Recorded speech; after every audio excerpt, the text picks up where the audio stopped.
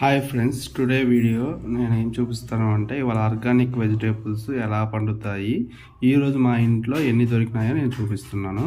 ఇవాళ మా ఇంట్లో గోంగూర, 2 జామకాయలు, ఒక పావు కేజీ నుంచి అర కేజీ సుమారు టమాటాలు, చిక్కుడుకాయలు 1 కేజీన్నర, ఒక హాఫ్ కేజీ సుమారు వంకాయలు అండ్ పచ్చిమిర్చి అండ్ పొట్లకాయలు అంటారు కదా, అవి దొరికినాయి.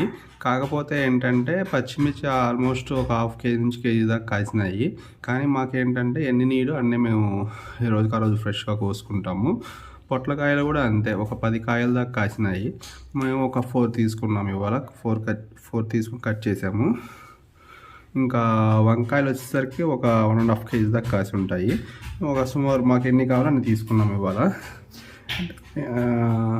జామకాయలు ఒక 2, గోంగూర వచ్చేసరికేమో మాకు పప్పులోకి ఎంత కావాలో అంతే కోసుకున్నాను.